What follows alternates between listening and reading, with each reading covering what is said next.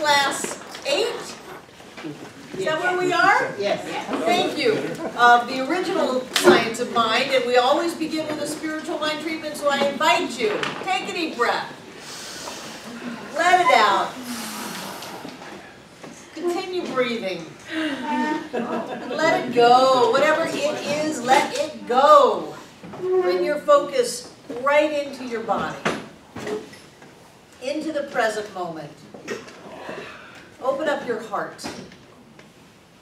And what we do is we know our work is in mind. So our work is to know. And what we know is that there is a power and a presence that is all, in all, as all. It is beyond anything that we can conceive of, and yet it includes everything that we can conceive of. It makes out of itself, and so it becomes that which it creates. And so each one of us is a creation of the divine. We are a point of spirit. We are an individualization, a manifestation of whatever God is, whatever spirit is. Just take a minute and feel that. There is no God outside. There is only the God within. And if you look, you will find it. So take a moment and breathe into that. There is that within you that is connected to every other person on the planet. To every point, every time, everywhere, every when, to all that ever was and all that will ever be. There is that within you that is connected to all. And because we are an individualization of the divine, spirit coming to a point as us, then the nature of the divine is our nature. And so we affirm for ourselves that we are healthy, we are wealthy, our lives are filled with joy, we are beings of love. And whatever it is we focus on, we create in our experience. There is a truth that is what we are, that is our highest. Just breathe that in. We are magnificent. We are glorious. We are divine beings of light and love. And so the work being done in mind, the establishing of that awareness of truth, we simply move to a state of gratitude. An attitude of gratitude for that which is. That which is already here and already now. To be grateful for all that we are. And then we let it go, we turn it over, we fling it out into the universe, we cast it into divine mind, knowing that the only outcome can be the manifestation in form of what we have known. And together we say, and so it is. Wonderful, wonderful. Come on in. Tonight we are looking at the introduction to lesson 4.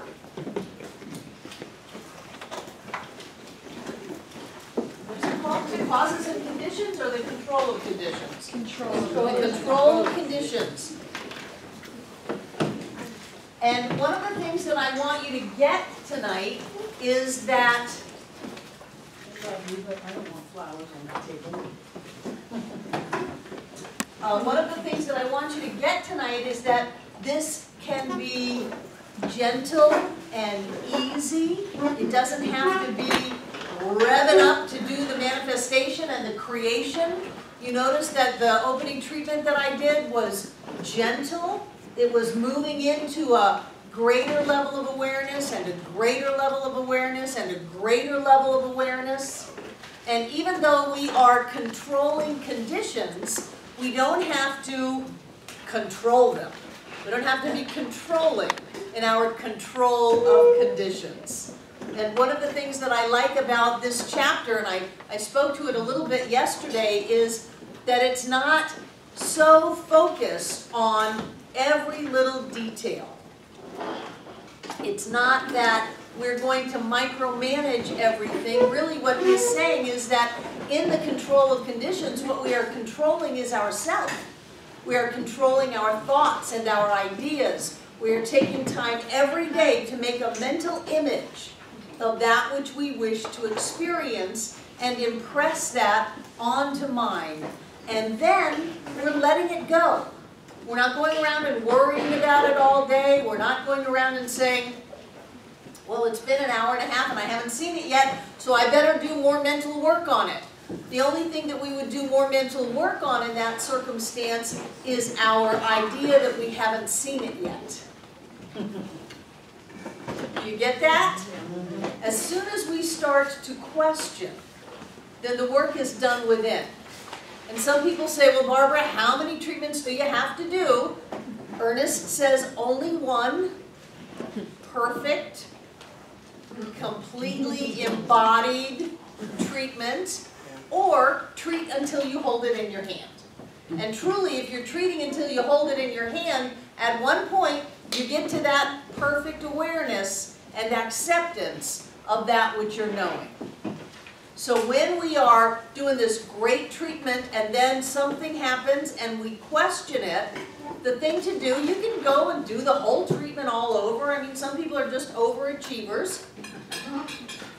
You can do that, but you just did the treatment a couple of hours ago. Or you can talk to yourself and say, now wait a minute. We just went through this. I sat there, I opened, I got it, I knew it, I embraced it, I felt it. I can have that. I did a great treatment this morning. I had a great spiritual practice. I really got this experience that I want to have. I felt it. It was alive. And I know that that is still working, even though I may have some doubt. So rather than trying to go back and recreate that whole experience all over again, which is okay if you want to do that, you can just address the doubt. And you can know that you know. There's a phrase in Science of Mind, and it says, I know that I know that I know. I know that I know that I know. Think about that. There is a part of me that knows. There's a part of me that knows that it knows, and there's a part of me that knows that it knows that it knows. And a little bit of doubt isn't going to take down that part of me that knows. So if you have some doubt or fear or angst come up, then instead of getting all, maybe it's the football season, instead of tackling it, you know, work with it a little bit. Just have a little conversation with yourself that no, everything is okay, the treatment is working, you've got a state of acceptance and awareness. It's not going to be sabotaged in just one little random thought. Remember, this is called new thought, so we want you to think a new thought. If you don't think the new thought right away, don't worry, you can think a second thought. Don't freak out about your first thought. You can always think a new thought. If you think a thought like, oh darn, that's not working and all is lost, no. That's just a little part of you. There's a whole great big part of you that has established in consciousness that which you choose to experience. And even though something may come up, you're not stuck with it. You can just think a different thought. You can think a new thought. You can have a second thought. And you know, you can use this teaching to pressure yourself like crazy. Oh my God, I had some negativity. All is lost. Decades of work are gone. I've sabotaged everything. No, you haven't. Take a breath and have a second thought. It's like a second cup of coffee. Have a second thought. Well, I think this time I'll think that everything's still going well. That I didn't sabotage it, I didn't screw everything up, that there's a part of me that really has all of this handled. There's a part of me that knows. Oh, right. There's a part of me that knows that I know that I know. There's a part of me that's solid in this, and I can lean on that. I can rely on that. I don't have to recreate the universe every week, every day. I can have that. Does that make sense? So one of the things I wanted to be clear about in this idea of control of conditions is that you don't have to get pressured by it. You don't have to think, okay, now I'm going to manifest the conditions of my life. You're doing that all the time. All you're doing is deciding where you're going. You're already up in the air. You're already flying at 30,000 feet, and you just happen to wake up and notice that you're the pilot. So you don't have to start from scratch. All you have to do is decide where to steer it. Does that make sense? And you're not going to land, so don't worry about it. Do you have any questions about anything we've gone over so far? Are you enjoying the book? Yes. I started listening to my recordings, and a lot of times in the middle of my recording I would stumble. Not to worry, it's a recording program. Just stop, go back, cut it out, record over it. Except so far I've got about 8 things that I've heard that I stopped and then recorded, but I didn't record over what the mistake was. So some of it is like, oh gee, wait a minute, I go back, start all over again as if it's all fresh. So it's fascinating to me. But I love listening to these words because they're so easy for me, they're so inspiring for me, they're so logical for me. So the first thing that Ernest says in the introduction to chapter 4, which is the control of conditions, is that this is not a get-rich-quick scheme.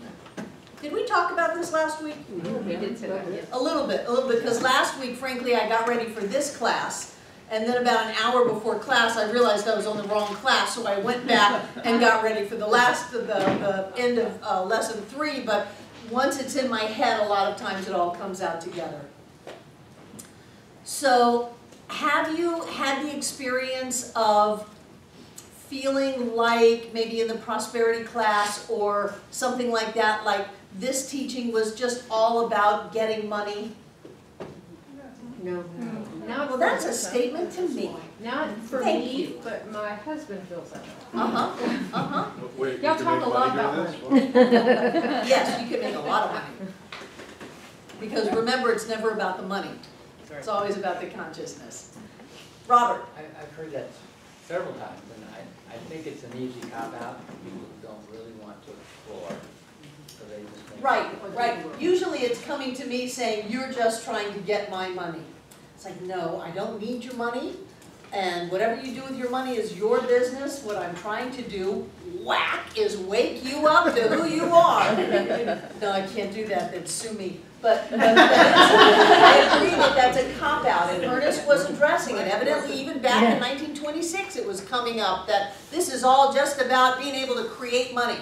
And that's not what, he's saying, that's not what it was about. Jackie. Did he know Napoleon Hill? I don't know. This is not my genius. Geography and timelines. I know that Ernest knew Bill Wilson, that they were friends. Bill Wilson is the creator of Alcoholics Anonymous. Yeah. Did you have your hand up over here? Drew? Yeah, several of my friends have said the phrase "money is God in action." Money is God. It's either a money. Your money is God in action. It should be like big quotation. Money is God in action. It's like, hello, you're not getting it. It's like, right. It flows. It's a flow. It's a flow. And so many people want to believe that money is not God. That there's God and spirituality, Om Mani Padme Hum, and then there's money. And what that does is that separates us into a universe of duality. And what that's about is wanting to have the good me and the bad me. And the bad me wants money and wants to go play, wants to buy stuff, and just wants me. There was a wonderful book by, I think it was David Seabury years ago, called The Art of Selfishness, as if being selfish is a bad thing. Remember, if the oxygen bags come down, put your own on before you try to help anybody else, or you'll all die. Truly. So a lot of this idea of money being bad also goes back to the Catholic Church and wanting to keep the masses disempowered and poor, and have that power via money go into the church So this whole idea that money is God in action goes against a lot of cultural belief, and frankly, it's a lot of people's sacred cow. And they will be very offended by it all, thinking that they're being very good spiritual people because they are denying themselves certain basic necessities or pleasures of life, as if there are spiritual brownie points by not having your needs met. You know, that's really old school, that I'm going to deny myself in this world and then I'll be reimbursed in the hereafter. Because I had a terrible life here, then I'll have a great life then. And sometimes I think people probably just wake up from the other side and just go, oh no, I could have had a great life.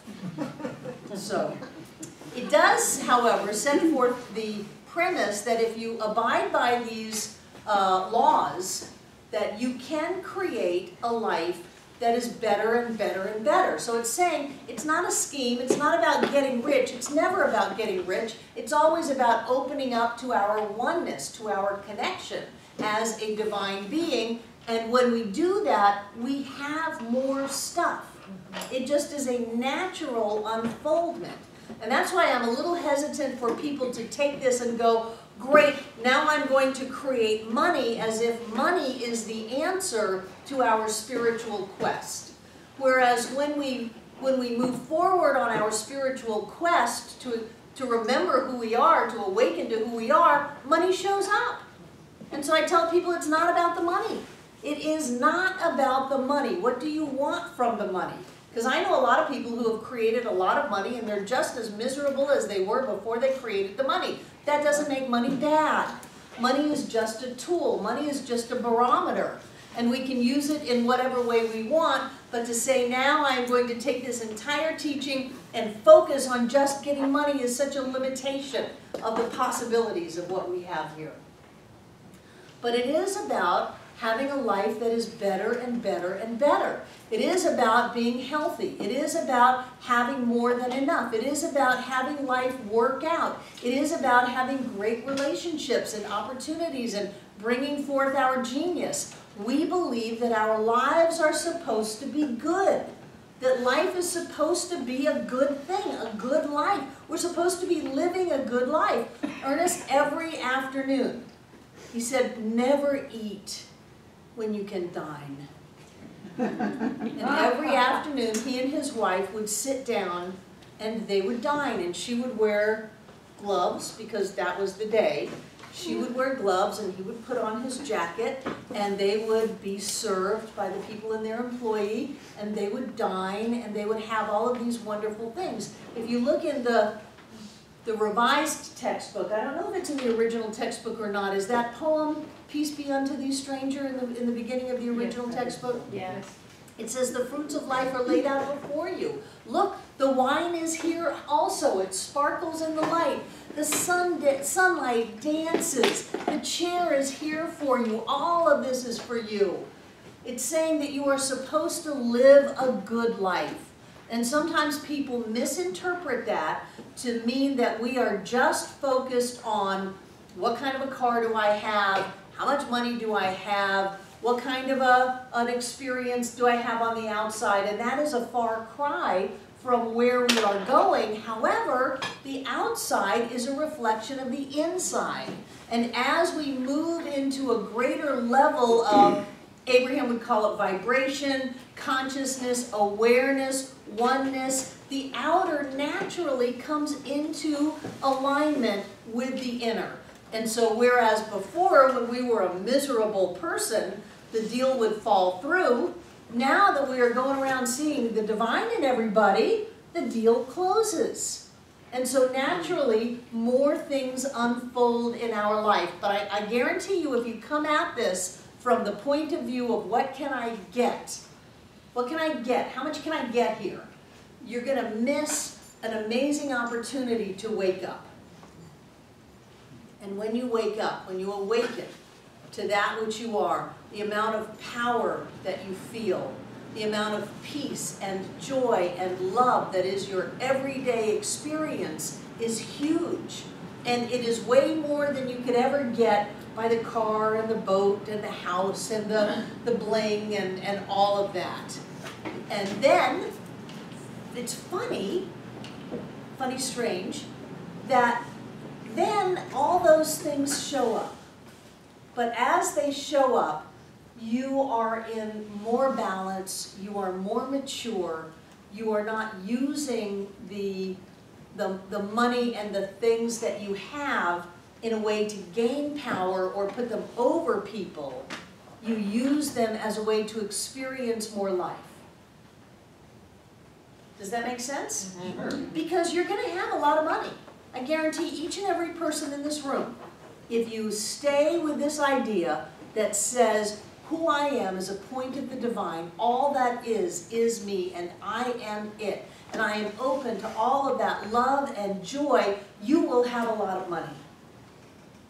You will have a lot of money, and it will enrich you and nurture you, and you will enjoy it, and you will keep it. Whereas someone who is miserable gets a lot of money, and now they're just miserable with a lot of money. And so it doesn't nurture them, and it doesn't enrich them, and it is not peaceful, and they don't keep it because they don't have the consciousness for that. Does that make sense? Mm-hmm. Excellent. I remember, pardon me? I have a question. Go ahead. So last week we talked a lot, and especially in the beginning of the class, about the importance of clarity and really affirming clearly and now, knowing that it can be now. Mm-hmm. So if it isn't now in my physical experience, even though I'm knowing Yes, it is. inside, is that just feedback to me that I'm not really quite in alignment yet? It is now. Stop buying into the world of effect. It's It is now, now. in the non-physical, and It is now in the physical. just not in my, Don't say that. okay. Don't go there. It's here. It's here. I had somebody in my office today who could hardly walk on Saturday and released an emotional experience and was just walking around just fine today. Said, it's gone, my knee, it's fine, look at this. I couldn't walk on Saturday. So don't go there, don't give power to it. Well, it's not my physical experience. Well, you just threw it all out. But don't worry, your knowing is still active. You can have a second thought, and I would encourage you to have your second thought of, it is right here, it is in my arm, my leg, my back, my head, wherever it is you're looking for it, it's here, it's right here, right here. I'm not going to buy into a lack or a limitation of perception. I'm going to really go with my God eyes and my God knowing and know that it's here now. Stay with it. Yep. Good, good, good, good. Does mental science promise something for nothing? No, you're going to pay. You're going to pay.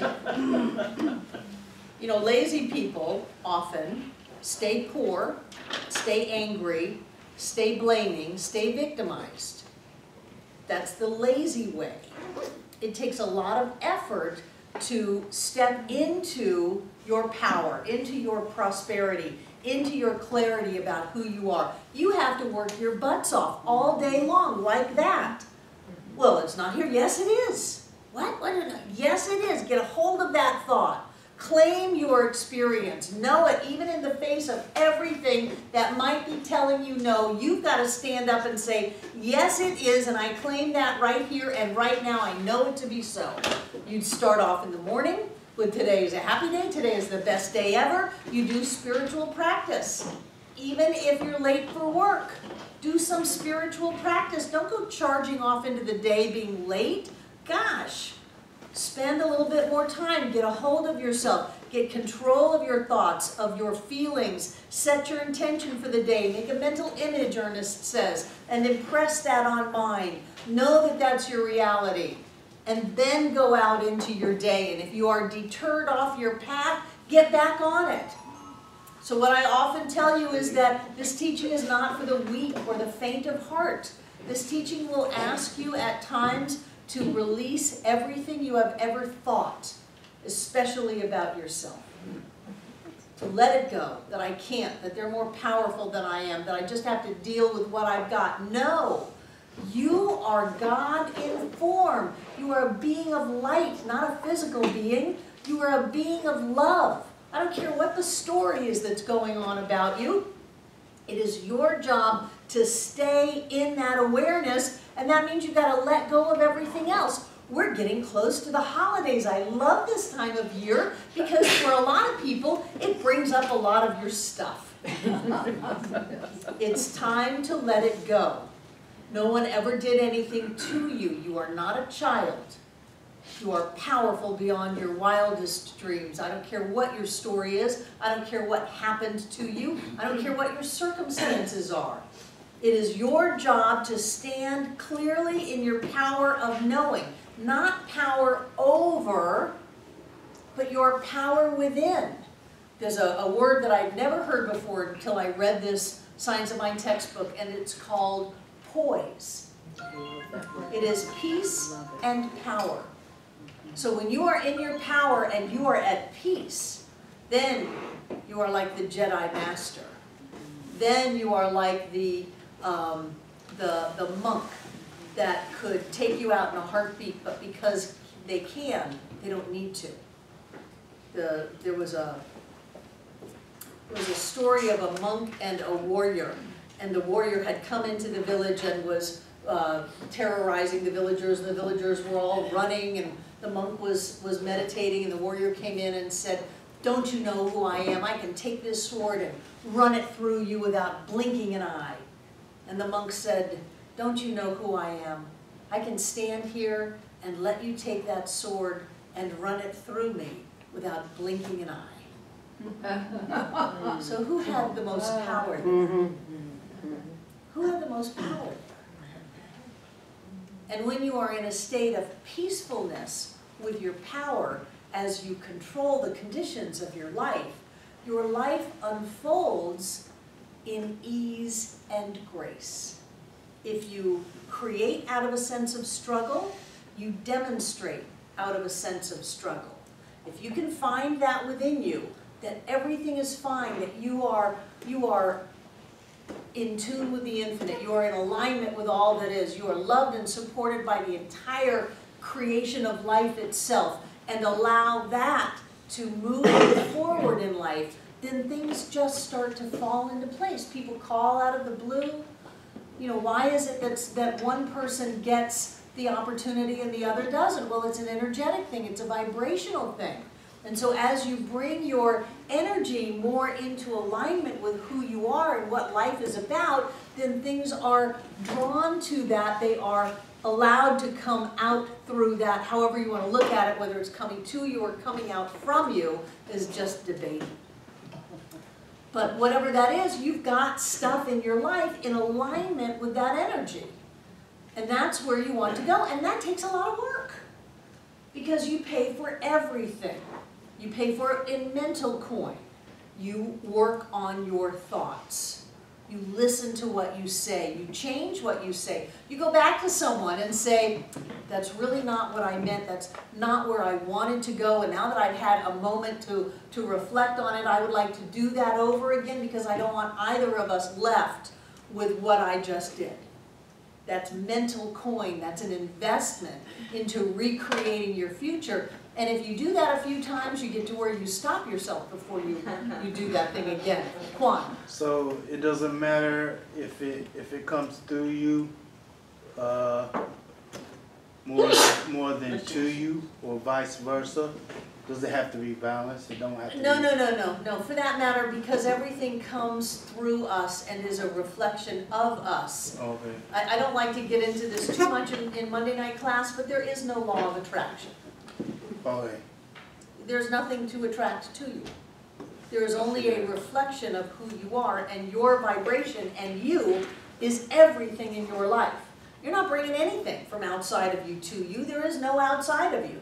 But, you know, there's a whole chapter in the revised textbook on the law of attraction. And the whole Abraham thing is just so big that to tell people there is no law of attraction is usually a little bit. Now, some people in the room are going to be stuck there for the next 10 years. But it looks like that. Really what there is there is an establishing within our own consciousness of a mental equivalent or a vibration or an energy that is equal to what we have on the outside. And if we want to shift what we have on the outside, then we need to shift that energy within us. And anytime we go back into judgment, victimization, criticism, condemnation, then we're taking that and just squishing it into nothing. We're taking all of our good efforts of opening up to all of the love and support and joy of the universe to lift us up over any seeming obstacle into where we are meant to be, and just to let everything fall into place synergistically and synchronistically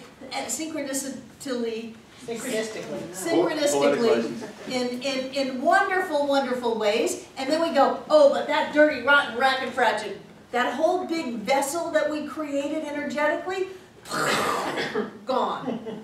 So what we want to do is establish within ourselves that idea that is what we want to experience. And we don't want to get lost in the realm of secondary causation that says, I want money.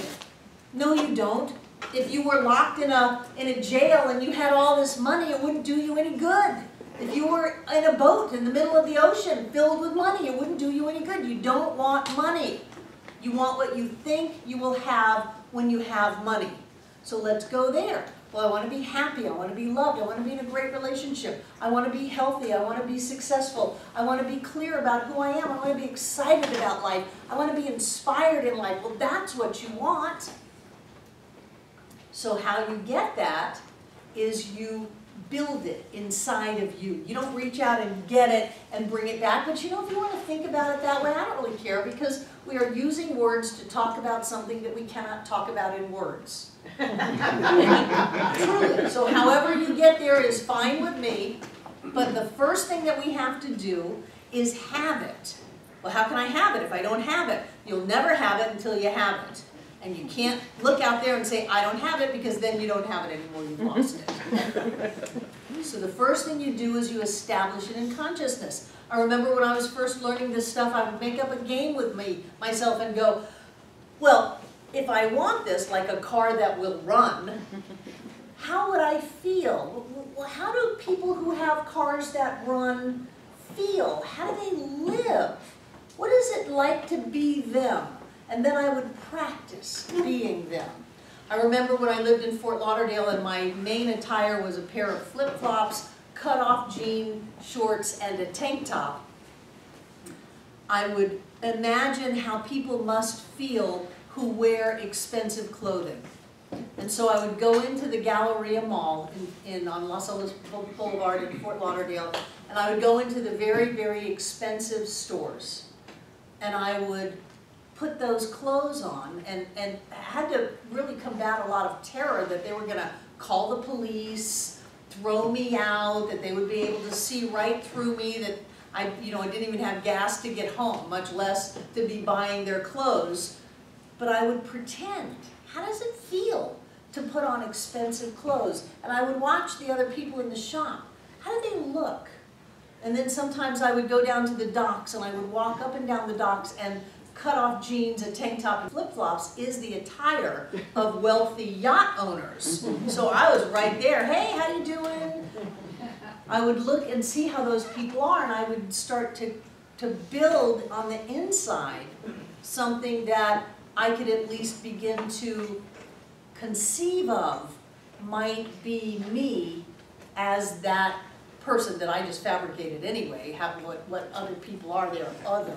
And so anything you can do to stop them from being other and have it come back to us is a good idea.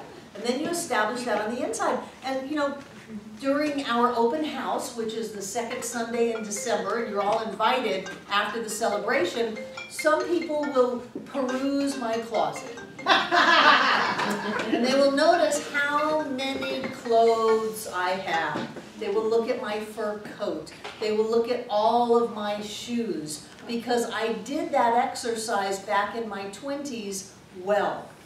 I figured out how to be someone who has expensive clothes. And then I was able to do that.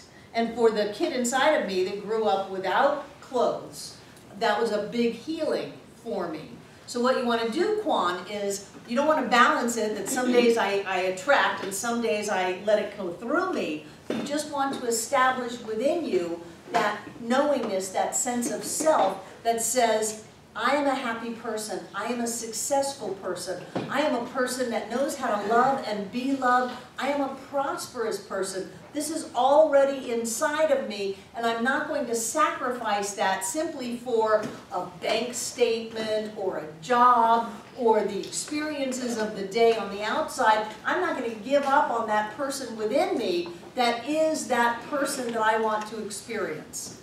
And then whether you're attracting it or letting it come through, whether it's a law of reflection, law of mental equivalence, whatever kind of law it might be, that then it shows up in your life. But when you do it from a sense, instead of, oh, I want to get this, to, I'm going to work on who I am, and I'm going to know that I always have more than enough, because I know that I'm loved and supported in life.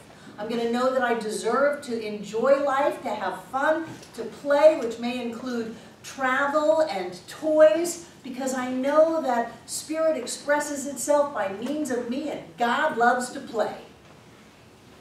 And then it shows up, and it shows up in a way that is in balance and harmony and love and joy. Robert.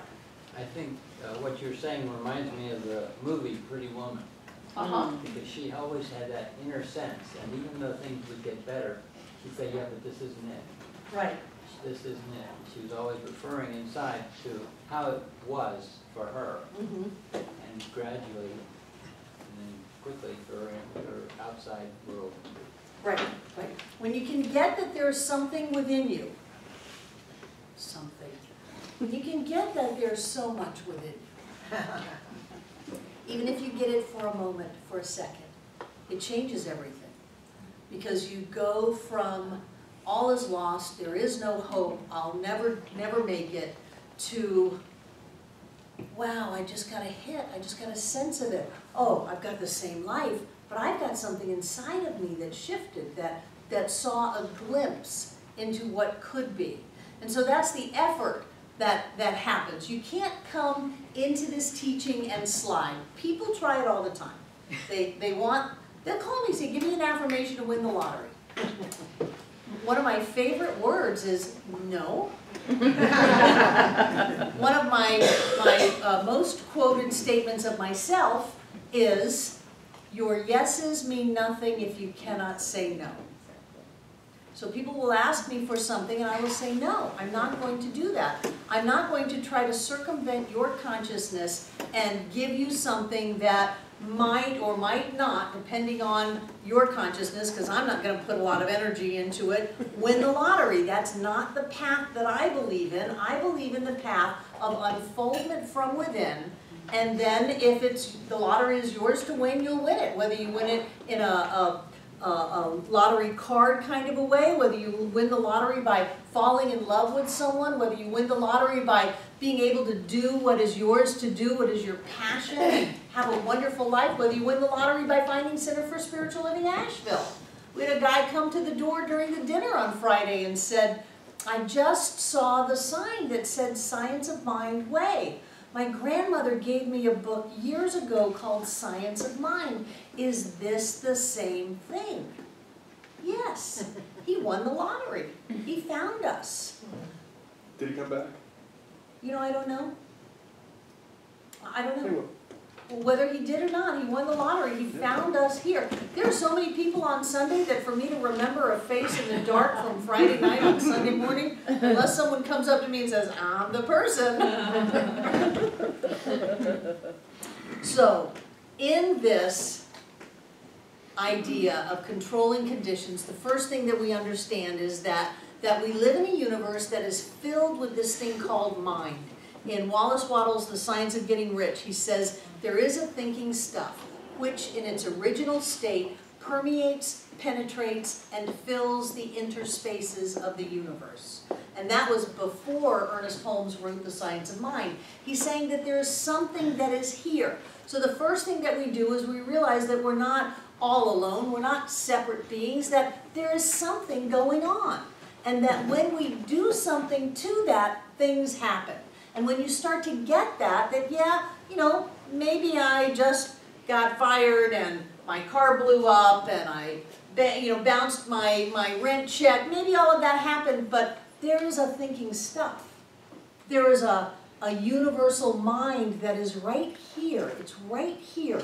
It's right where I am. I don't have to change. I don't have to go find it. I don't have to go get it. I don't have to buy it. It is right here. And right now, no matter what has happened in the past, I can take my thought and I can impress it upon mind and something will happen. Because then you're never stuck. You're never at your wit's end. You're never backed into a corner. Nothing is ever lost.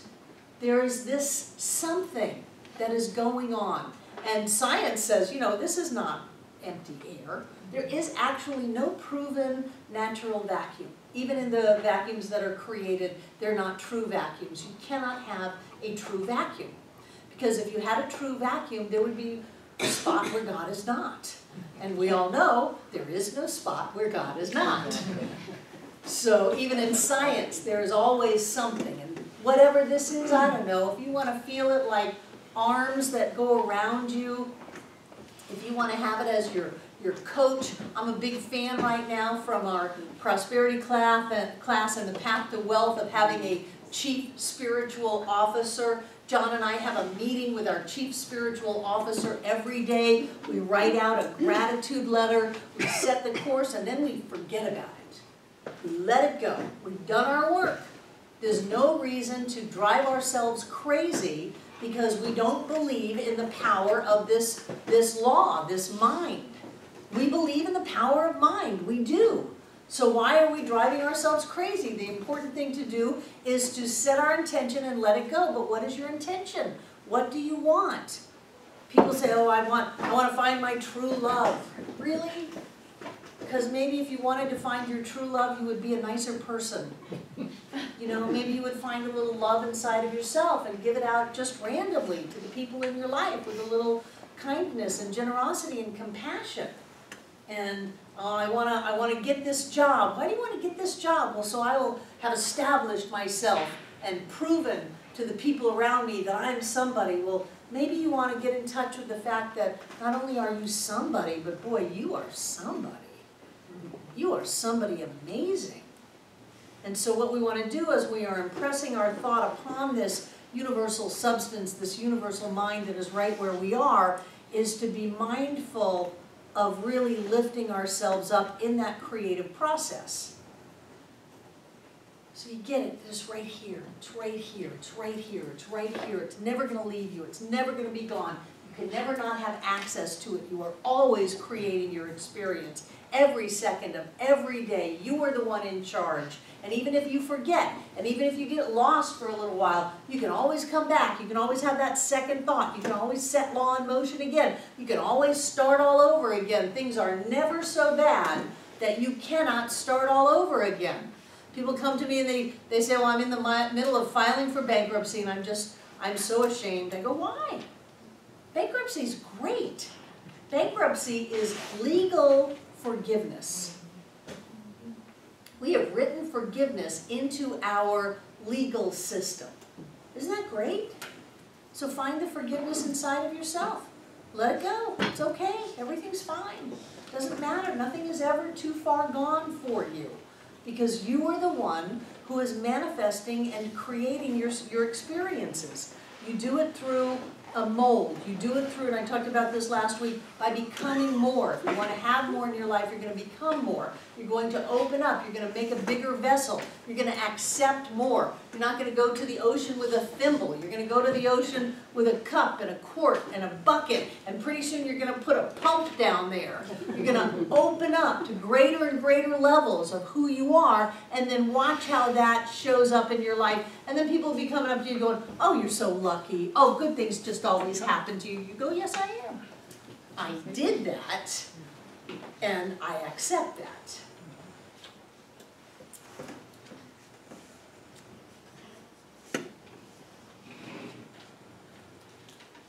So he talks about this idea of the law being a law of liberty but not of license. And that goes to the whole concept of malpractice, where If you want to experience greater good in your life, you're not going to do it by wanting someone else not to have it. That's living in a competitive universe. That's living with lack, saying there's not enough for everybody, so if I get mine, you can't get yours. And that's the guise that some people use to never get theirs. I can't have mine because it may take it away from somebody else, not realizing that energetically, the more we open up and the more we accept in our lives, the more there is for everybody. Because there's just more. We're opening up and creating more and more and more. So you never want to do anything in any sense that is going to hurt someone. Why? It hurts yourself. How can you wish ill on someone else and not get that? Called malpractice. But you're the one who pays, the same way that if you say, I live in an abundant universe where there's more than enough for all. I think I've heard that every day. When you do that, and you go, well, you can have that and I can have that too. What's yours is yours and what's mine is mine. We live in an abundant universe where there's more than enough for all. Then you're actually creating more for everybody, and you get that which you choose to experience. If you're going, oh man, I live in a one-cookie universe, and there it is. And if I don't get over there quick and grab it, somebody else is going to get my cookie, then I don't have a cookie. What a limited view of life. And it may be a person that you want that person. It may be that job. You want that job, but somebody else got that job, and so now you don't have that job. That's a limited universe. That's a universe of duality. That's a universe of good and bad, and I get it or I don't get it, or any of that mindset that most people live with. What is yours is yours. What is someone else's is someone else's. You cannot have what does not belong to you. And it belongs to you by right of consciousness. It belongs to you because you have opened up to a greater level of acceptance of the good that you have. And with this, you know, I want you to know that with this comes a very personal experience, that there is a sense of great connection and being deeply loved through all of this. It's not a head job where you're just, okay, I'm going to do my affirmation, I'm going to make this happen. We do that in prosperity class because I'm trying to prove to people that anybody can create money out of the blue and say, wow, I never expected that. And that's great because then I've got people's attention. And then they come to class and go, my God, I created $10,000 in that prosperity class. I want to learn more. Wonderful. But then we go from this being just a head trip of making it happen, which we can do, but it's exhausting, to opening up to this connection. That I am deeply loved, I am deeply supported, I am deeply lifted up. That there is something. It permeates, penetrates, fills the interspaces of the universe. It surrounds me, it fills me up, it moves through me, it breathes me, it lives me. It is what and who I am. It is something and it loves me. It loves me. You are never alone. The entire universe is right there with you. All of life, every being that has ever lived or will ever live, all the angels and the beings of light and the ETs and whatever else is going on here is right there for you. And it is healing. It is very healing. I've often looked at this teaching in comparison with the decades of therapy that I went through. And thought this teaching did more for me than any of that, because it actually went into those places where just use dramatic language, where the demons were, where the monsters were. And it just healed that with a sense of love that was totally transformative. And it had nothing to do with money. It had nothing to do with things. It had everything to do with me being who I am. And so as you control the conditions in your life, which I really want you to do, I want everyone to drive a car that they're safe and comfortable with. That always starts. I want everyone to live in a beautiful house and eat what you want to eat and buy what you want to buy and go where you want to go and do what you want to do. That is your job on planet Earth, is to live on planet Earth, not to deny yourself life on planet Earth. You didn't come to planet Earth with some sicko anthropomorphic deity saying, ha ha ha, you don't get any of that, you just get to look at it. No, we are here to expand the appreciation of life, the enjoyment and the bliss and the beauty of life. We're supposed to do that. So I want everybody to do that, but I don't want you to miss what really is here, which is the transformation of who you are back to who you are. You know, who you think you are back to who you are. And to do that, you got to put the effort in. It's gonna cost you mental and spiritual coin. You've got to put the time in. You've got to focus. You've got to listen to what you say. You've got to have friends that love you enough to say, do you hear what you're saying? Listen to what you're saying. Would you watch what you're doing? Would you pay attention to what you're doing? You know, you just picked the same person you picked 3 times before and it was a disaster. Pay attention. Wake up. Snap out of it. Share Nicolas Cage thing. They used to say we had to be vigilant, and I never liked that. And more I'm thinking, no, that's probably the correct word. We are vigilant in our awareness of ourselves, not to criticize and condemn ourselves, but to be watchful. If we were driving down the road with someone and they started falling asleep at the wheel and started pulling off the road, would you not awaken them? Like screaming at them? Wake up, you're trying to kill us all! So that's kind of how I see that part of us that watches us when we start to go unconscious and we steer off the path of where we truly are wanting to be into the darkness and the potential disaster. There's that part of us that will wake us up in whatever way we need to, and that's the part that requires your commitment and dedication. And it'd be easy if you could just buy it. I mean, come to Center for Spiritual Living, and for a mere $1 million, you'll be happy for the rest of your life. People would be lined up here, but you can't do it. You can't pay for it with money. You get money as a byproduct. You pay for it with your time, your energy, and your awareness. And when you do that, you evolve. You don't turn into somebody else. You evolve into a greater expression of who you are. And people who have known you will stop you and say, what has happened to you? You look different, you feel different, you sound different. Some of them will like it and some of them will not. It's okay. You will like it. So you're paying for everything in mental and spiritual coin. You're investing in yourself. You're opening up something for that unformed substance of the universe to fill up and to move out into your life. And you're doing it in clarity and peace and poise and love, even though sometimes you really just want to get down and dirty and make it happen because you're sure that the universe screwed up and didn't give that to you and that's what you're supposed to do. And you can do that, but often it won't be too far down the road that you're coming to a practitioner saying, Barbara said I could get rid of stuff through this. How do you do that? Because when you insist on getting something, not only do you not keep it, but it doesn't fit right. You thought it was going to be perfect for you and it doesn't fit right. Does that make sense? Good. You're not very chatty tonight, so I'm not really sure. Okay, I wouldn't say too much. But all during this discussion, I'm thinking that it's about controlling the conditions. I think it's the chapter, but the work is the controlling of our inner conditions. Exactly. That's Exactly. good. You're controlling the state of you, and not just the emotional state. You know, when we talk about consciousness, it's this whole big thing. It's way bigger than our thoughts, way bigger than our feelings, way bigger than our memories, way bigger than our belief system. It is this whole big thing, our consciousness. And that is what we are meant to tend. And you can tell what's in your consciousness by what's in your life.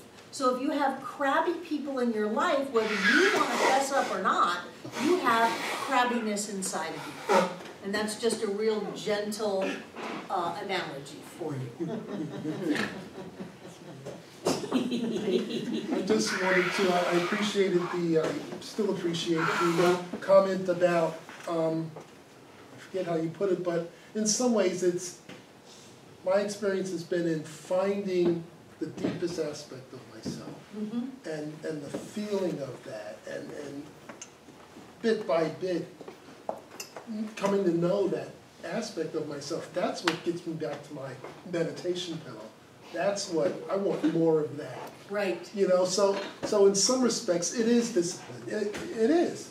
But it's the love that draws me back into the discipline, you know, so I'm happy to do it. And then I get like out of my mind when I go, why I don't do it, because when I go back and do it, it's so great. It's like, but it's just old habits, I don't know what it is. Don't it doesn't even go to matter. the why. It doesn't that's matter. That's not an effective thought. No, there is no why. What you're doing is you're being grateful that you're doing it again. Yeah. Yeah, that's all. And do it. And the love brings me back. Right, the love brings me back. Yeah. Yeah. So, every time you have a thought, every time you have a feeling, it all goes into like this giant storehouse inside of you. And, you know, keep in mind that in your past, you were probably making some deposits that are different than your deposits today. So unless you have made some withdrawals, then they might still be in there. And one of the things that Ernest says is that what you're doing is you're putting in a different vibration, a different feeling, a different energy, so that you can wash out that old stuff. And when I was telling you about that feeling of being so deeply loved, that was a big washout of things that had been locked in me long ago. Do we have any body workers? Have you ever worked on somebody and they start to cry, or they have a memory or something like that, that not only is it in your consciousness, it's actually in your body. And that's where Louise Hay gets a lot of her stuff. But if you look, she got it right out of the back of that book. So it can get lodged in our bodies, it can get lodged in our memories, so we're reactive. So when someone acts a certain way, or for a lot of people, if someone gets loud, or we had someone that was a Vietnam vet here, and evidently the mountains here look exactly the way they look in South Vietnam. And so there was an image that triggered him off. And there can be noises that trigger people off. There can be actions that trigger people off. Well, that's telling you that you've got this stuff lodged down inside of you, and the best way to let it go is to put something else in there. And so what do you put in? You put in love. You put in safety. You put in security. You put in feeling supported and loved, being safe. You put all that in and let the other stuff just wash out. He says, turn away from the condition. Stop focusing on what you think hasn't happened yet, or how it doesn't look like you thought it was going to look, or how it's just wrong, wrong, wrong. Just leave that alone, no matter how tempting it is. That's where the discipline comes in. And just go watch the water run in the creek. You know, it really doesn't matter. It's like Abraham says, it doesn't matter what you do to change your focus. It doesn't matter what you use. You don't have to use world peace. You can use, come over and borrow bliss, you know, play with a puppy, sit by the creek, watch the clouds go by. Anything that will shift your awareness from what you think is not going right to something that is going right. I was interviewed this afternoon by Mountain Express for an article on gratitude that's coming out these holidays, and I was just went on and on and on about how we're creating our reality. And if you really want to create a reality that is uplifting, focus on gratitude. Focus on gratitude all day long. All day long. Start off with discipline, write a gratitude letter, end your night with forgiveness, and then drift off to sleep with gratitude. And it doesn't matter what you're grateful for. She hadn't heard that. It doesn't matter what you're grateful for. I'm grateful for hydraulics. Honest to God, every time I see hydraulics, I just get a rush. I must have like tilled the soil with a shovel for lifetimes or something. I'm grateful for electricity. I'm grateful for telephones. I'm grateful for all kinds of stuff that some people would think, well, that's not very spiritual. It's all spiritual because it's all spirit. So when you change your feeling inside, when you fill yourself up with gratitude for whatever, for somebody bringing cookies and chocolate candy, let's all be grateful, and soup, let's all be grateful, then you've changed that receptacle that you have. You've made it bigger. And you can have more stuff. You will have more money if you're grateful. You will have better relationships if you're grateful for your partner. One way to kill a relationship is to be critical of your partner and then tell them that. You know, how quickly do you want to go out the door? That'll work really fast. But be grateful for that. You'll have great relationships. Be grateful for your body. Talk to your body. Tell your body how much you appreciate it. If you ever hurt a part of your body, you know how much you appreciated it before it got hurt. Well, why don't you give it something before you go and hurt it? Tell it fingers, toes, feet, elbows. Be grateful for that. And watch your body respond. Let's take a break. So I want to make sure that we're all on the same page. I want you to know that I'm teaching this particular class very differently than I usually do. I usually teach you affirmations and how to structure an affirmation, how to think about what you want, how to come up with an affirmation that has the 5 Ps. It's present, personal, precise, positive, and powerful, so that you can say that particular affirmation over and over and over again, like, I now have my new car. And then I'll move you more into, later, I'll move you more into a feeling like I'm safe, I'm free, I'm happy, I'm successful, whatever, but I'll usually start you off manifesting things. And then you'll get all excited and you'll go home and you'll pound that affirmation into your brain over and over again 1,000 times a day, and you'll come back in a week or 2 and talk about how you demonstrated that. And that's wonderful. But this particular class, I'm kind of moving you a little bit up the spiritual ladder, in that transcendence transmutes, it does not rectify vain. Instead of needing a new car, what I want you to do is feel free and loved and supported by life. And then the car will show up, or the limousine driver will come knocking, or whatever needs to happen for that to manifest will happen. So keeping in mind that I've kind of jumped you up a little bit in the teaching, I just want to check in and make sure that we're all on the same wavelength, and that I'm not just talking over your head and you're going to go home and go, I don't know what the heck she was talking about. I wanted to know how to get a new car and some money. So, what are you thinking about it so far? I like it. You like it, Valerie? I think if I'm hoping that I'm hearing you as I'm trying to hear you. Is that what you're saying, instead of us going through all these levels of, I've demonstrated this, good, now I want this, now I want this, now I want this, you're saying, let's fast forward all the way to what you're really getting to, the source of what you want to be and who you are to experience. Right. And then from that, for lack of English, for that Godhead, all of these things. Seek ye first the kingdom of God, and all else will be added unto you. Yes. Yes, that kind of thing.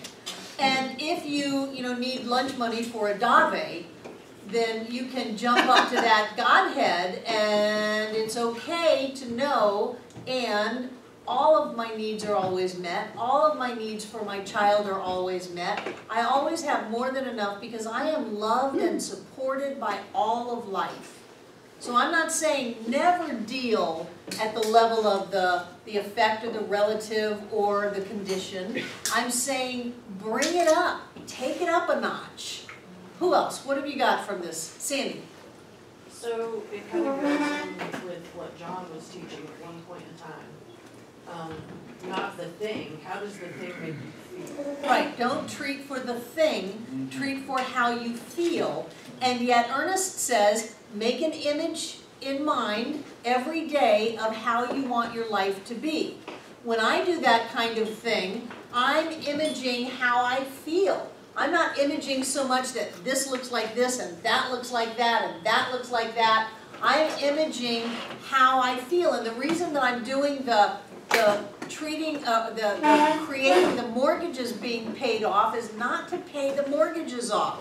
It is to lift the consciousness of everyone around us that we can live debt-free, we can live free, and then to use that as an example to other centers, not so that they pay their mortgages off, so that they lift the consciousness of everybody involved in it. So it's subtle, it's a dance. Quan. Well, I'm pretty, I feel pretty familiarized with this, and it's just like a refamiliarization, because I've studied in a lot of people like Eckhart Tolle, and I've tried to apply a lot of that to my life, so I feel real comfortable with it. Good, good, good, good. Who else? What were David. the 5 Ps? Go over that one more time. Well, it's personal. You're only doing your affirmation about yourself. I'll write it down. Affirmation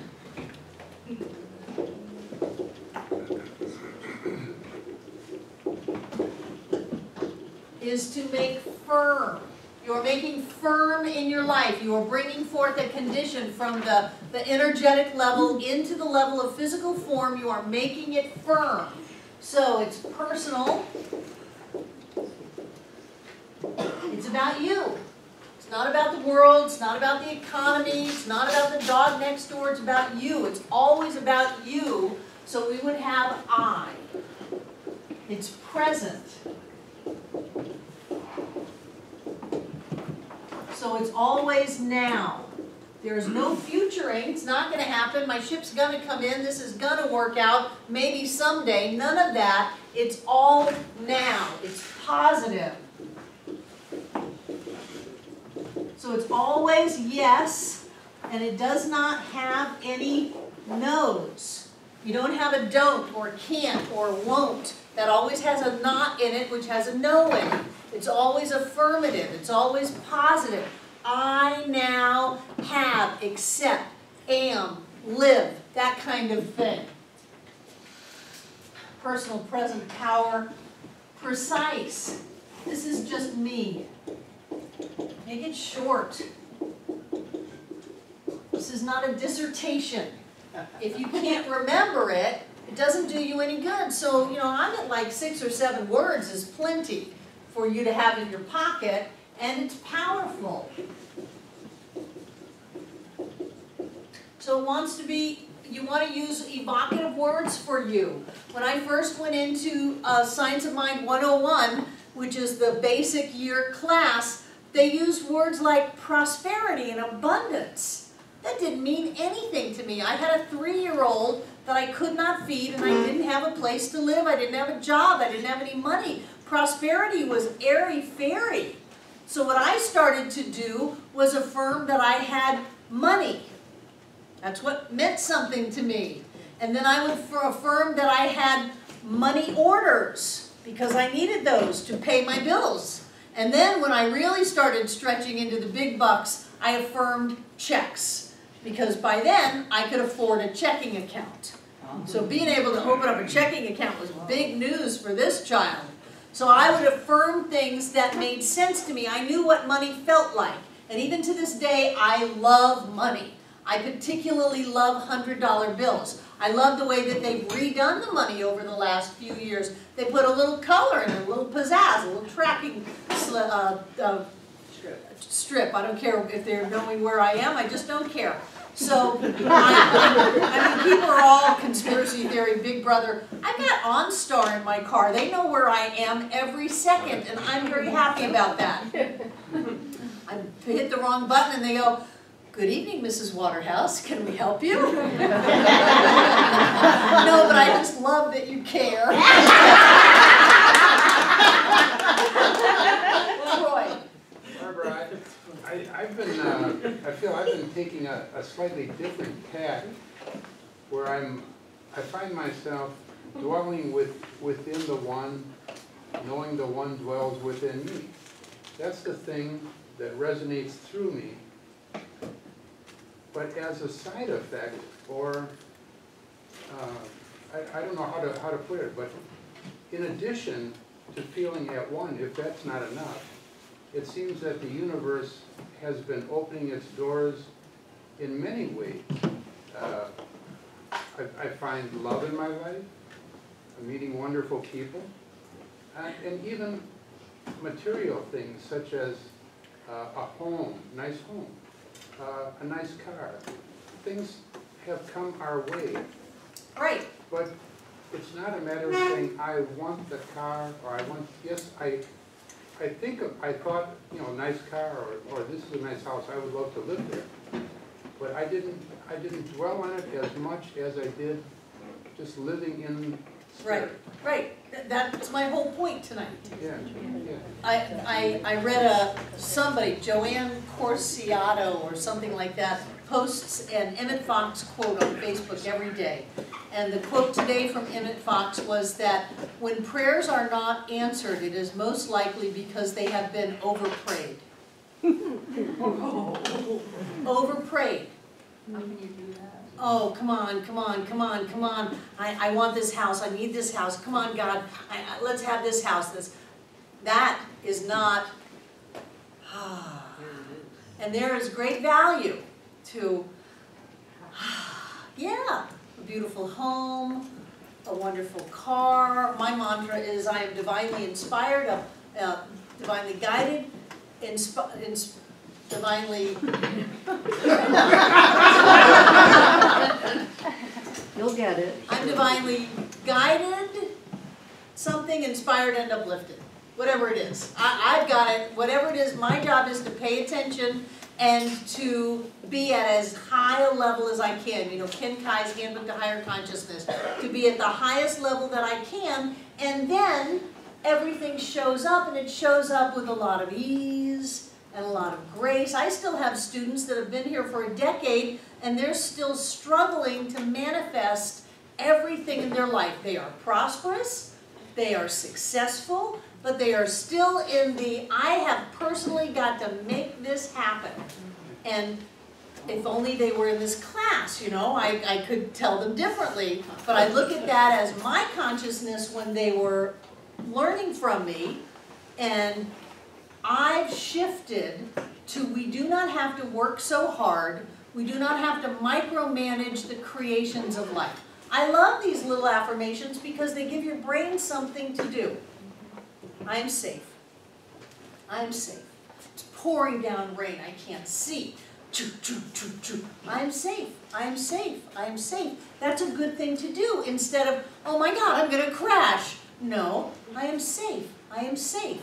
I woke up Monday morning, my throat was so swollen and sore. My lymph, not Monday, Saturday morning, seemed like Monday because of the dinner Friday night. My lymph glands were all swollen, and I'm all like, oh, John, oh, you're so swollen, oh my God. And I thought, I can't do this. I have way too much to do. I am healthy, I'm healthy, I'm healthy, I'm healthy. My immune system is fantastic. I am so strong. I am so wonderful. And boom, it was gone in like 20 minutes. The swelling was all gone. The fever was all gone. And John looked at me like, because he'd been sick for days. He just willed that away. It's like, yes, I did. This is what we do. When you need an affirmation, pull it out and use it. But don't make your whole life dependent on creating from that level. Get to the place where you can see the presence of the divine in everybody around you, inside of you, where you stop and smell the roses, where you notice the beauty of life, where you are living your life the way that you want to live it, and then watch how other things fall into place. And it's okay to give it a little guidance and direction.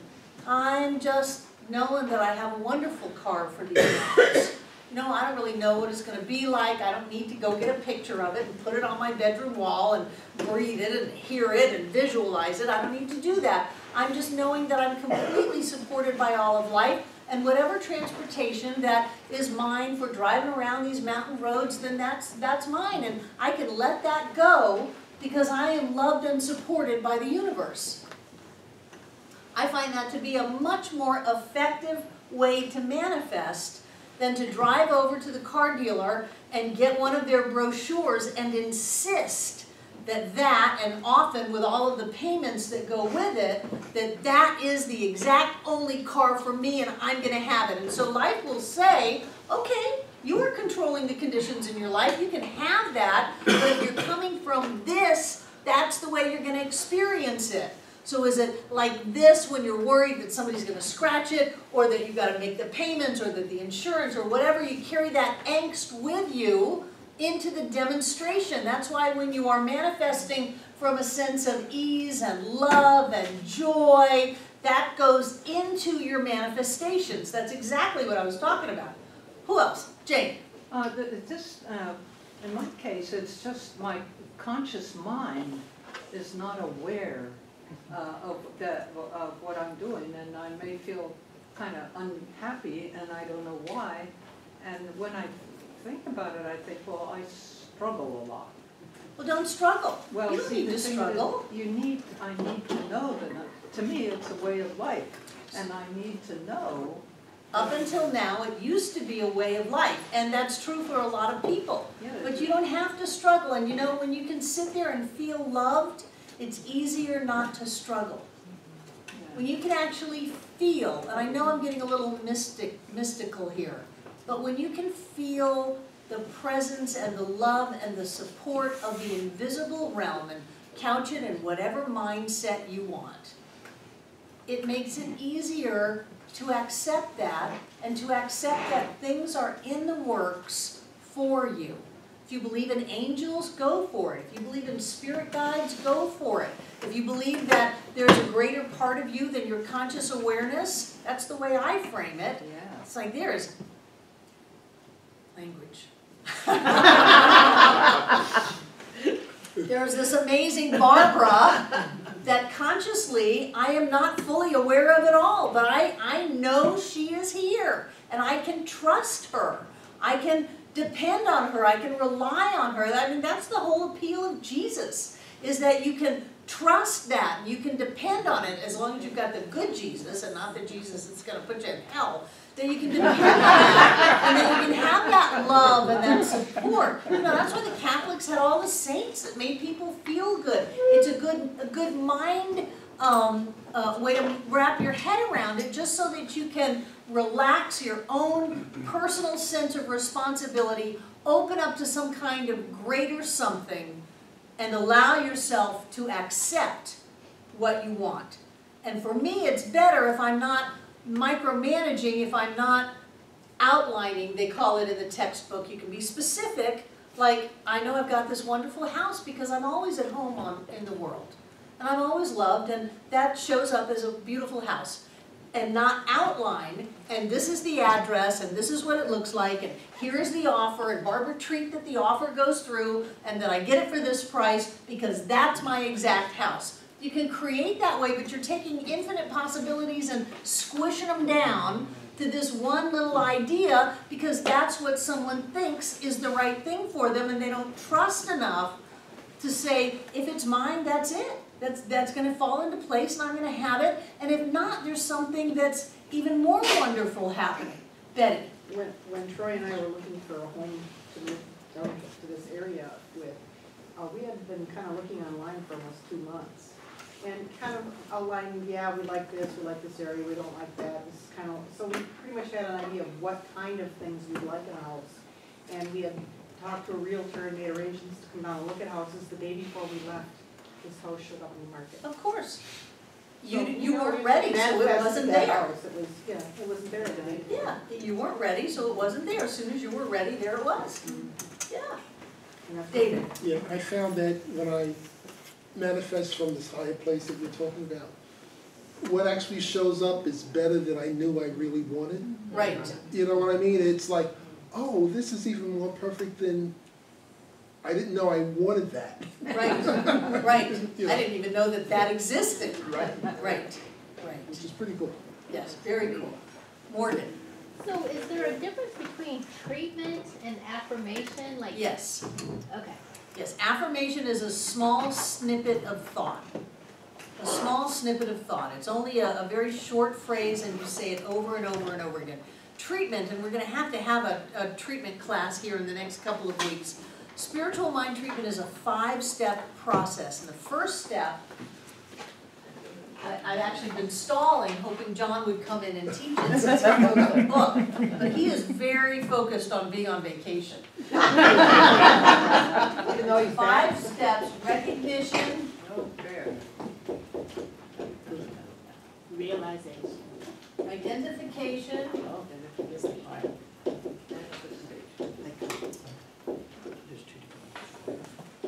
affirmation, or realization,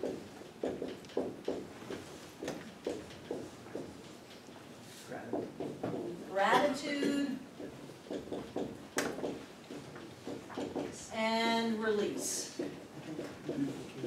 Now, Ernest only did these 3. We added gratitude and release after the Second World War. People needed to feel more gratitude, and they thought this would be a great way to get people more into a state of gratitude. So when Ernest talks about treatment, he's really just talking about sitting still and getting an idea and staying with it until you really can get that it's so. But our 5-step spiritual mind treatment is starting off with the idea that whatever it is, there is a thinking stuff. It penetrates, permeates, fills the interspaces of the universe. There is an unformed mind. There is spirit. There is light. There is love. There is life. There is prosperity. There is God. Whatever you want to call it, that is all that there is. And stay there until you start to have a little bit of a cosmic consciousness experience of the immensity of it, the majesty of it all. Hang out and look at the stars. That's why I like to go to the beach. I actually like to get myself a little dehydrated and sit in the sun and look at the waves and watch them sparkle and maybe just hallucinate a little bit. Because if you sit there long enough, everything comes to life. And I love that process to get how alive everything is, how interconnected everything is. And then you take it into yourself and you stay with that until you say, I'm going to leave my thoughts of how in the world does this make sense behind, and I'm going to feel the oneness. And you stay there, and you feel it.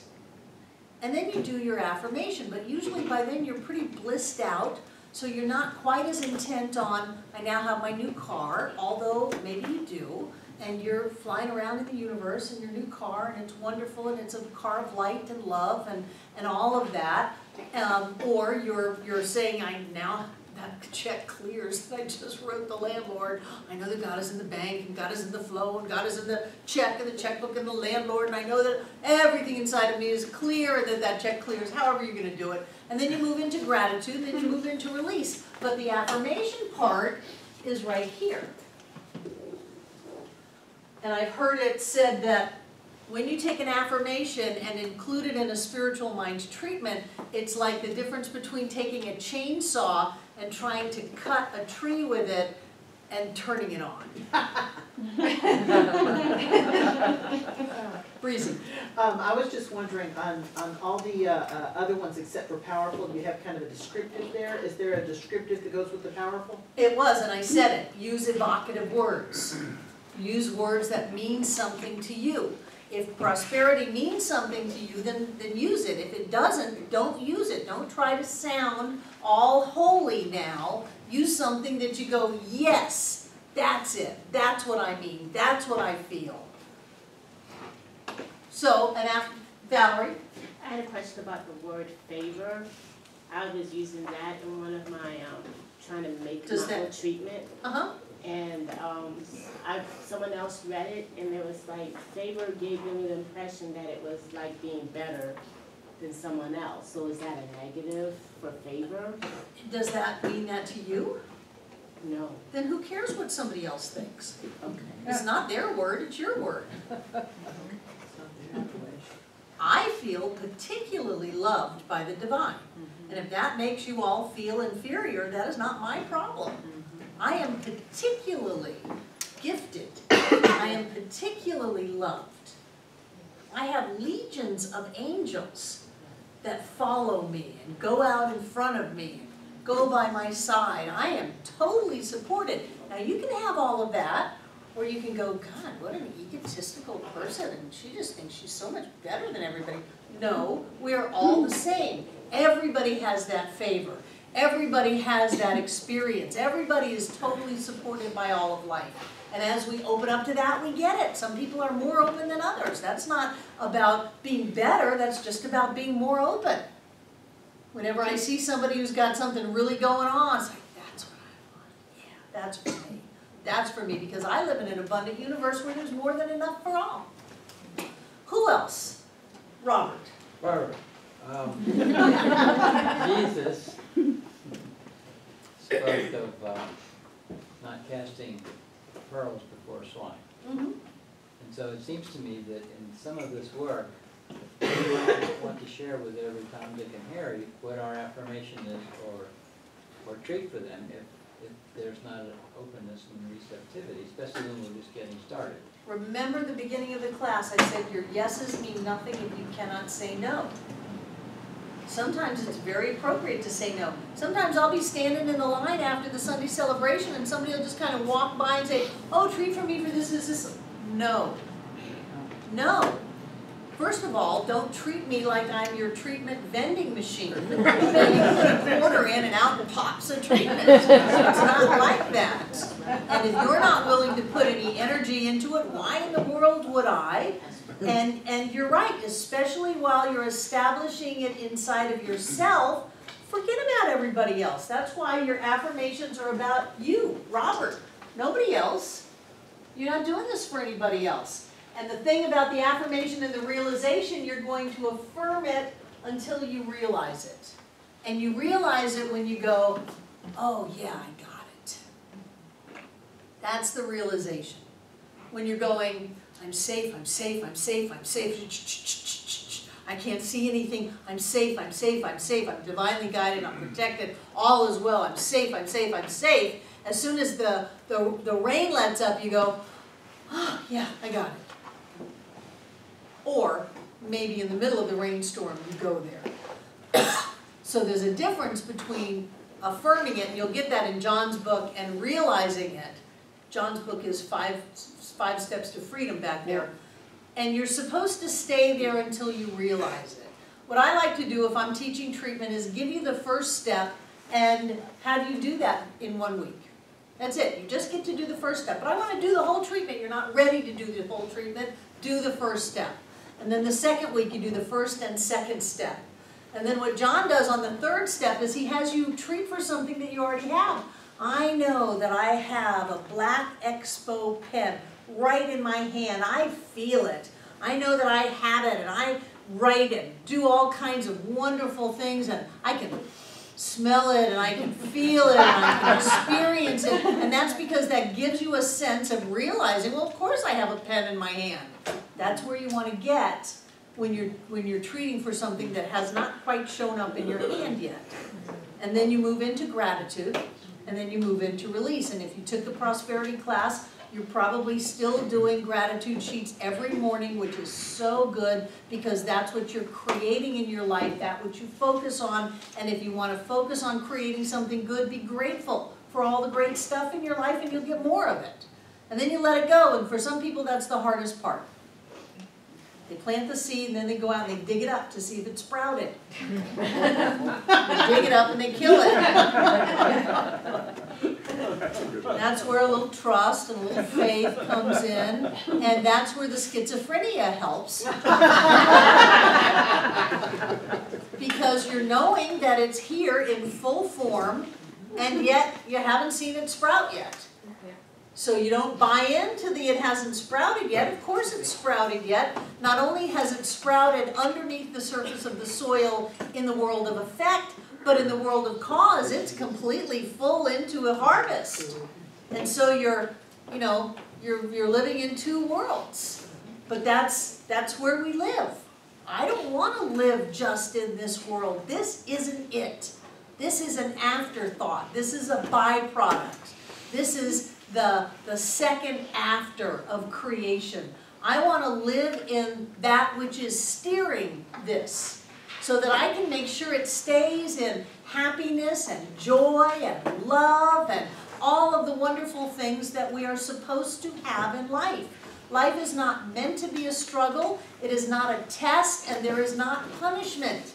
The only thing we have is an effect of our cause. And if we go around and we focus on that which we don't want, and we're critical and judgmental and just generally nasty people, we'll create that in our lives. But it is so much easier to go with the flow of the love and the light and the life and the joy and just allow that to be. And to do that, it requires discipline. It requires time, and it requires effort. But the effort is, be happy. Just suck it up and be happy. You know, you can do it. I know it might be just hard for a while. You really want to complain and be miserable, but just be happy. Just be loving, especially if you've got somebody that you don't like. Because that's just you. That's some kind of disowned self, some shadow self. Love it. Love them. Find something that you like about them. And when you do that, everybody in your life changes. Everything in your life changes. If you still have that old idea that to be spiritual, you've got to be poor, make friends with wealth. Make friends with really expensive things. Make friends with people who have a lot of stuff. I personally like to roll around in money every so often.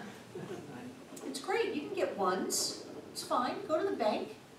You know, get 20, 50, 100 ones. Make them count out your good money. Don't let them just hand you a bunch of money. Tell them these are gifts. Gifts for you. And they'll go through them. They'll give you pretty ones. Then you can put them in your sheets, and you pull back the sheets, and you get into all this money. Goes into your subconscious. Or you can stuff your pockets with it. Because I'm of the age where money talks. You know, money was the thing. So have a wad of money, have a pocket full of money, open up your wallet, have it bursting with money, that kind of thing. Make friends with money. And what you might want to do is do a little research on some of the good things that are happening in the world that are very spiritual, that are happening with money. One is that malaria is almost completely eradicated on the planet because of Warren Buffett's money and Bill Gates' money. And if you know, if you ever had any videos of the people whose children die from mosquito bites, from malaria, not having malaria is a good thing. Yeah. So be friends with money. It is not spiritual to be poor. Somebody else is carrying you. Again, language, Barbara. Carrying you with their money. And you're trying to feel superior. Oh, look at me, I'm not a vegetarian because I have a calling to be a vegetarian. I'm a vegetarian because meat is just bad and expensive. No, no. Have a little integrity, have a little ethics, have a little gumption. Go out and heal, or go in and heal that stuff, and allow yourself to be loved and supported and safe in life. And then watch how houses come and cars come and money comes and things unfold in some of the most unique and wonderful ways. I remember when somebody gave you a car. You know, it's wonderful to have that and to feel loved and supported by life, and then to bring that into your day-to-day occurrence. If you've got anybody in your life that's out to get you, it's because you do not feel loved and supported in life. If you have any area in your life where there's any kind of lack and limitation, it's because you are not feeling loved and supported and deserving in life. And sometimes to cover that up, we try to make ourselves right in our limitation. Abraham calls it defending our limitation, and try to use that as a way to protect ourselves by making everybody else wrong. And you can notice that in yourself when you start blaming them, whoever them may be. That's a code. It's a code for healing. There are many levels to manifest through the science of mind. You can manifest using your willpower. You can manifest on a mental plane. You can simply read affirmations over and over again, and you can create stuff. But if you haven't healed and changed the consciousness, that created the problem in the first place, it will only come back. So I recommend that you open up to the amazing experience of life that is going on. I recommend that you open up to the intense love that life has for you. You open up to your magnificence. You open up to your genius. You open up to your specialness, to your preciousness. And direct the law. But your manifestations will come so much better, so much more complete, so much bigger than you thought they were going to be. And you will feel so connected and so loved and so supported that really the manifestations are an afterthought. It is that feeling that everybody on the planet wants. So don't miss this in the control of conditions. I probably wouldn't have used that word control, but you know, it's been almost 100 years since he wrote it. Don't miss this and just think it's about things. I think that's why his first sentence was, the science of mind and spirit, which was the original name, is not a get-rich-quick program or scheme. It does, however, lay out the laws under which the individual may learn to set law in motion and have their lives get better and better. Jane. Well, a while ago, you mentioned, you made a statement that really just struck me as amazing. I am particularly loved by the divine. I am. Well, okay, so you believe that. I do. Yeah. So, that's what gave me much more than all those years of therapy. yeah. You know, trying to figure out why I was so screwed up never really helped. No. I really impressed a lot of therapists. Yeah. But feeling that love Yeah, or, is where it was at. so how can you make that happen? Like, I would love Look in the mirror. to be particularly. Look in the mirror. Look in the mirror, Jane. Look in the mirror. Yeah. Look in the I've mirror. done that. Just look in the mirror. Yeah. Open up your heart and love And the look. person in the mirror. And this is, so you don't have to be chosen by God or something. You are. You already are. That's why you didn't die on that expedition when you fell off the mountain. Yeah. I did, yeah, I just don't understand why I didn't die. Because you were chosen. You want a language you can understand? Because you were chosen by God to live a wonderful life. And it is your job to live that life. Mhm. Otherwise you would have died. Yeah. Okay, that's all you get. Okay. I don't remember where I read from, but it was something to the effect that if you want to be one of the chosen ones, choose yourself. Right, Minnie? Yeah. Ooh, I like Any other questions? This is good stuff. Good stuff. I think I've committed to a treatment class. We may do that next week. We'll just do treatment next week. Drew? Can we treat that John makes a special appearance? No. We're grateful for the teachers that you have.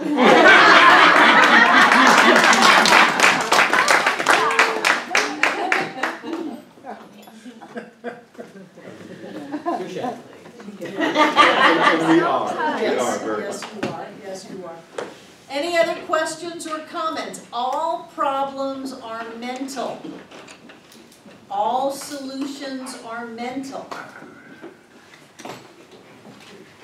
What was it? One of my favorite quotes by Carl Rogers. Who you are is good enough if you would only be it openly. And I will translate that to wherever you are in life is good enough. Start from there. Wherever you are is the right place for you. There are no better or worse, higher or lower. Wherever you are is the right place for you to be. It's exactly the right place for you to be. So start from there.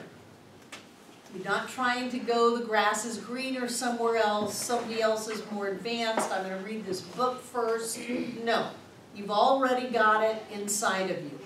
Start from there.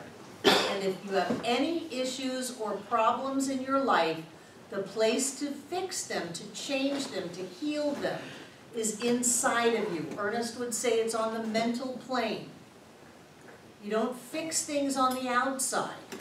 You always heal them on the inside. So if you're trying to fix, I mean, personally, I think it'd be best if you just stopped everything and sat down. Took a breath. Betty. If you try to fix something, it means that there's something that's not perfect. If something's broken, there's nothing broken. So, you know, it's like Einstein said, you can't fix the problem at the level of the problem. So if you're trying to fix it from the point that it's broken, then you're never going to get out of there. It's all inside. It's all a mental solution. It's all inside. And what's the mental solution? That there's only one. I don't care what you call it, that there's a presence and a power, a light, a life, a love, a prosperity, a health, a joy, a wholeness, and that is everything, and that it is right where you are, that you are perfect and precious and whole and complete. There's nothing wrong with you, there's nothing broken, there's nothing lacking, there is only this idea of infinite divine love that loves you. That is the only thing that it can do, is love you. Now that's where you work. And you bring whatever that problem was into it, and you know that it's fine, it's perfect, everything's wonderful. To shift in perspective. Kind of like when people complain that, you know, their 6-bedroom house is got eroding driveway. And I think of all the people that we build wells for in Cambodia, that live in lean-to and drink dirty water and try to scrape by. It's all a matter of perspective. Our lives rock. Our lives rock. No matter what our circumstances is, whether we're living in a room somewhere, whether we've got a giant house, doesn't matter, our lives rock.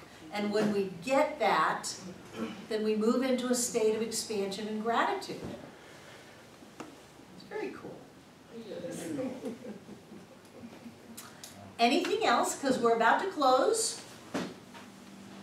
Love you guys. Take out what you're going to give.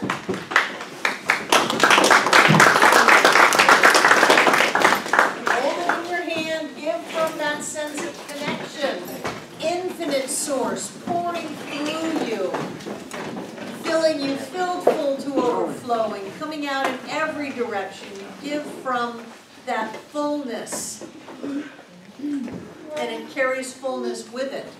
And then it is returned back to you in fullness, so that you always have more than enough. And what I know is that God is the source of all supply. And money is God in action. Money is God in action. It is the action of the divine. What I know is that we are living in a vibrational universe that is reflective in nature. And it reflects back to us that which we know within ourselves. And so what we know is that each one of us is prosperous. Each one of us is rich. Each one of us is loved and supported and safe and happy and whole. And everything in our life reflects that to us. So we give this gift tonight, knowing that we set the law in motion because it's all energy. The law takes that, multiplies it, and gives it back to us in a never-ending flow of expanding abundance. We are rich beyond our wildest dreams. And I know that that gift carries with it the love of each one of us. And so it touches this center. And that each one of us comes together this night to make this center all that it was ever meant to be. It is a place of peace, a beacon of light, a tower of strength, and a fountain of wisdom that touches the lives of all who call it home. And so it is.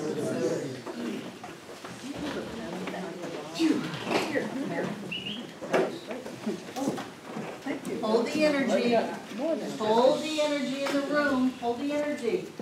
Right here and right now we are manifesting with the power of all creation.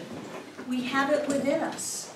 And we use power to lift up, to lift up ourselves, to lift up each other, to lift up this center, and to lift up all the lives that are touched, because we have this thing called Center for Spiritual Living Asheville. We are commanding the laws of creation to manifest into form in our lives as love and joy and happiness and ever-increasing abundance of all kinds. We live a life of happiness and bliss. We experience this planet with the beauty, the flavors, the sights, the sounds that it has. We are involved in the beauty of this life.